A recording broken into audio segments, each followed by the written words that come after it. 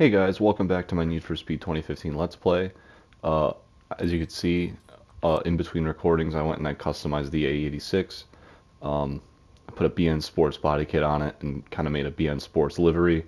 Uh, Threw it together quickly. I think it looks pretty cool. I think in today's episode we're going to go do some drift events specifically for Robin and the crew storyline. So yeah, just going to take a drive over there and start doing them. I was thinking about buying a new car for the Speed storyline as well. I might pick up a Toyota Supra. I think that would be a cool car to build for Spike's storyline. Obviously, we could use the Civic if we wanted to, but I think it's cool to have a car dedicated to each story. Alright, first drift event for the crew storyline. Let's get it.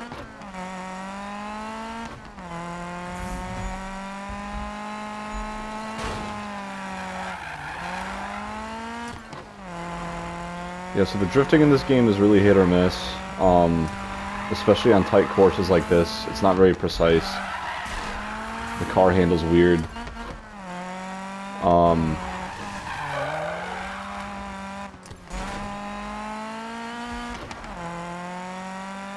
The drifting in this event can really be a chore, depending on the car you're driving.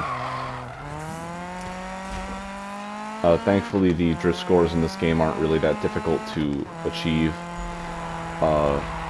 Just a few corners in, and we're not even doing so good, and we already beat the drift score. But as you can see, yeah, the collision physics mixed with the imprecise drifting in this game is just makes for a really frustrating experience.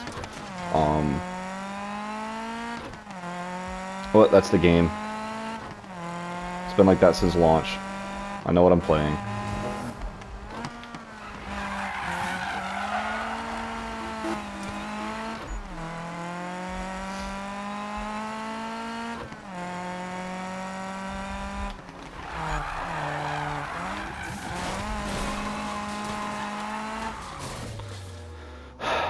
Yeah, this is gonna get frustrating.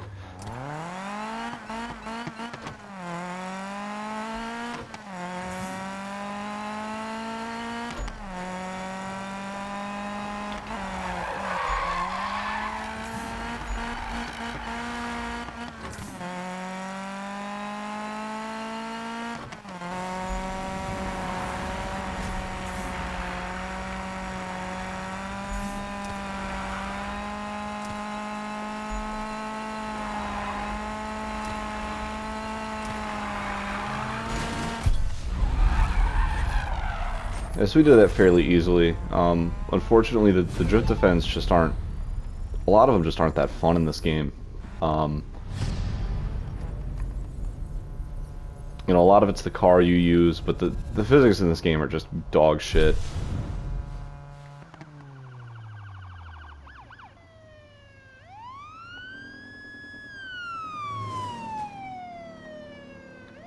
You see?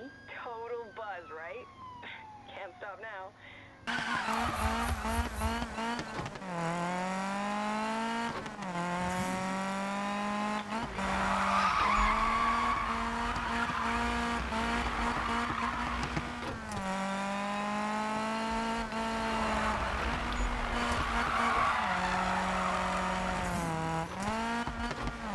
Yeah, see, even though we're at the back with the smallest multiplier, we're still ahead by a pretty decent margin, so...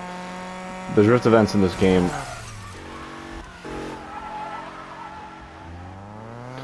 are not difficult. Jesus Christ, they're just a bit tedious.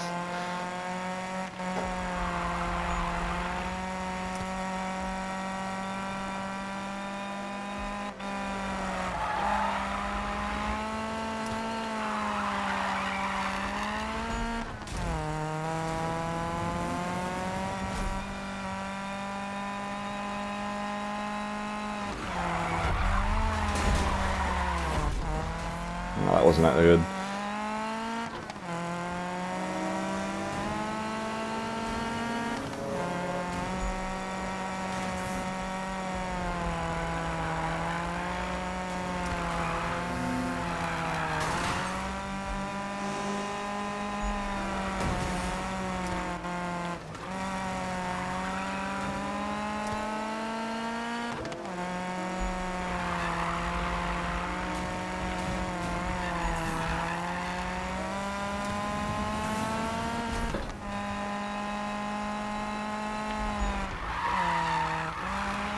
You know, all the different drift event types in this game are just slight variations on a normal drift event. None of them are really difficult enough or engaging enough to really feel different. I mean, every drift event feels more or less like a drift event. The exception being Gymkhana, because it's basically a Gymkhana is a drift event with both a score limit and a time limit. Those can get pretty interesting. But, you know, the standard drift trial, drift train, Toge events, they all feel the same, especially since the difficulty level doesn't really prove to be an issue at all.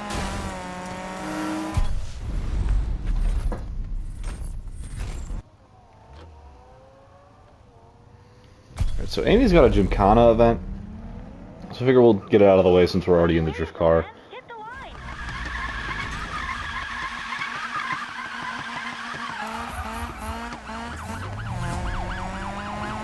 So Gymkhana is pretty self-explanatory.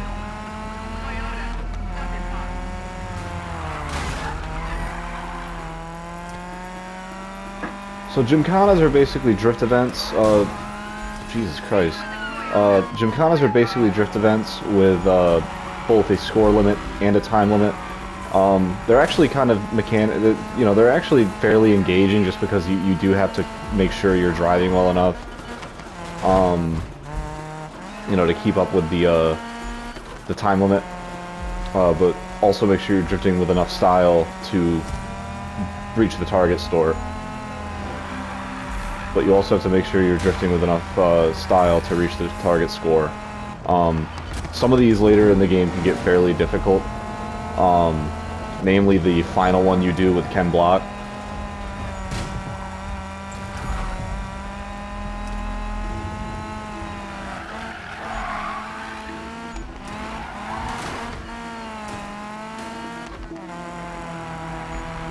They're actually pretty fun when the physics are working correctly.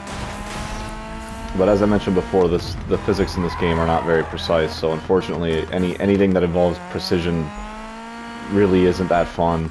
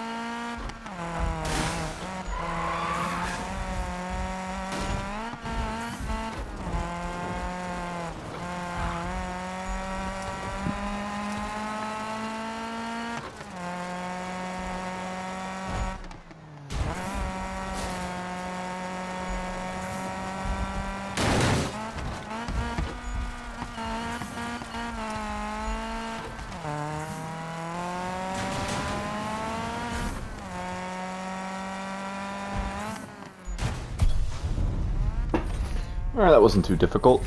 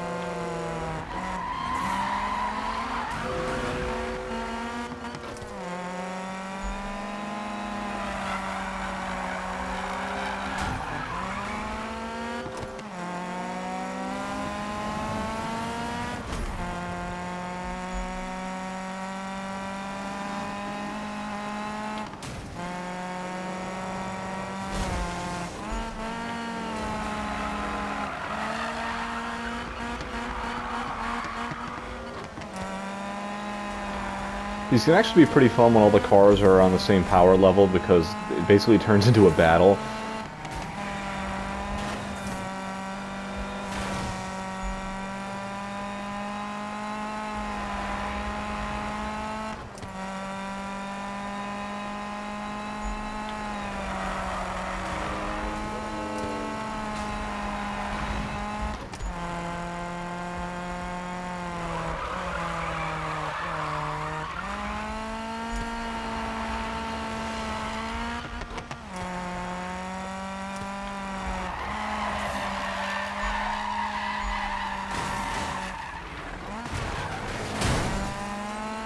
Physics in this game fucking suck, dude. Holy shit.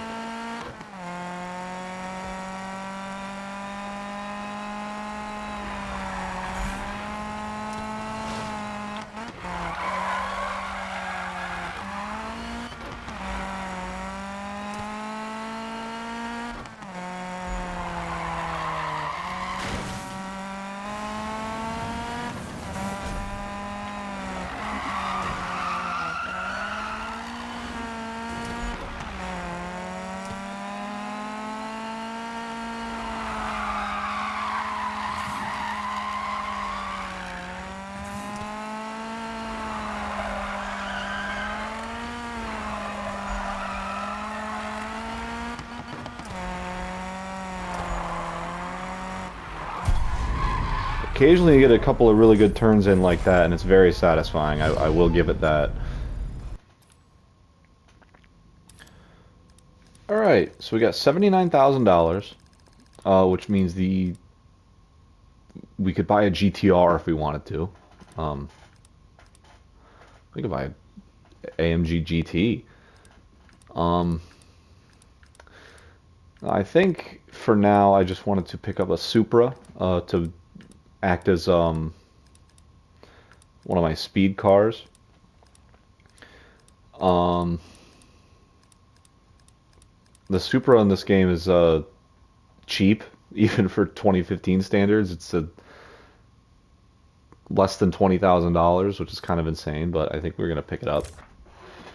I'm not really sure what I want to do with this thing yet, so I figured we just upgrade it, tune it, and you know, throw some wheels on it, lower it, tint the windows, you know, make it look you know, make it look a little nicer, and then do some events with it, and eventually I'll do something cool with it. All right, so I went and threw a custom spoiler, front splitter, a set of Workmeisters, and an exhaust tip on it, and call it a day for now. Just figured do some performance modifications, tune it, and then go do some events for Spike.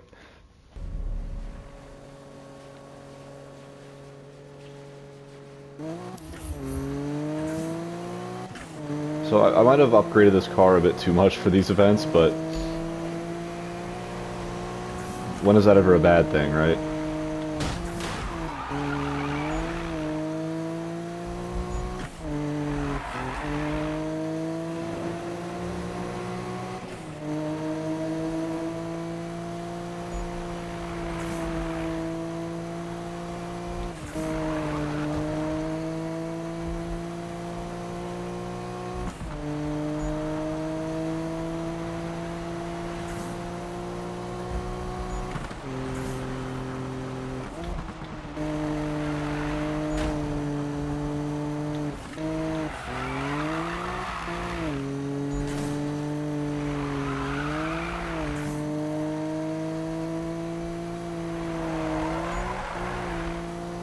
So I found a tune online for this car, just threw it on without doing any research, and first impressions, it feels really good.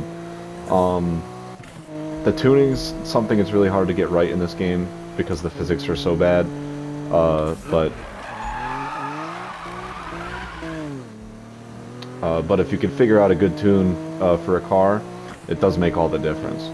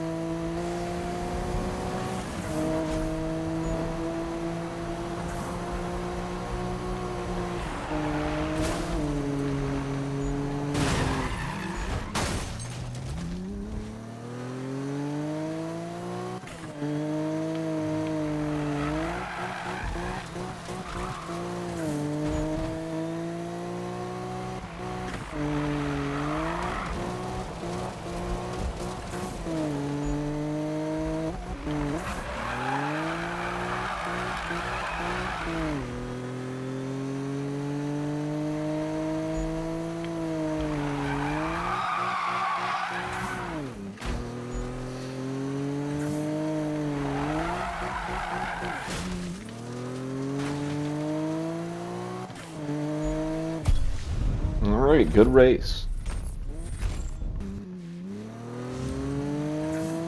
Hey man, got a thing coming up.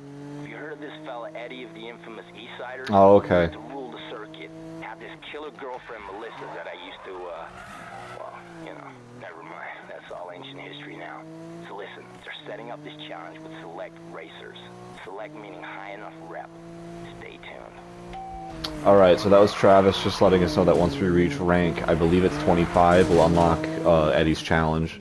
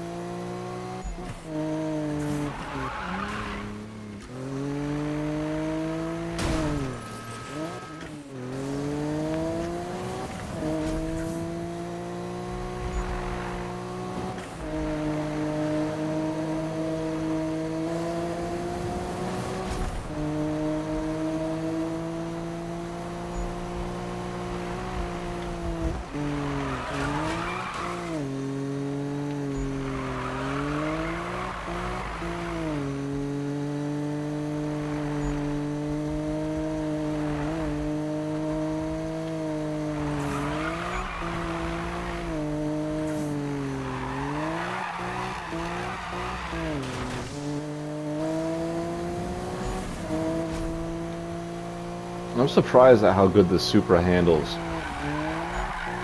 considering what game I'm playing.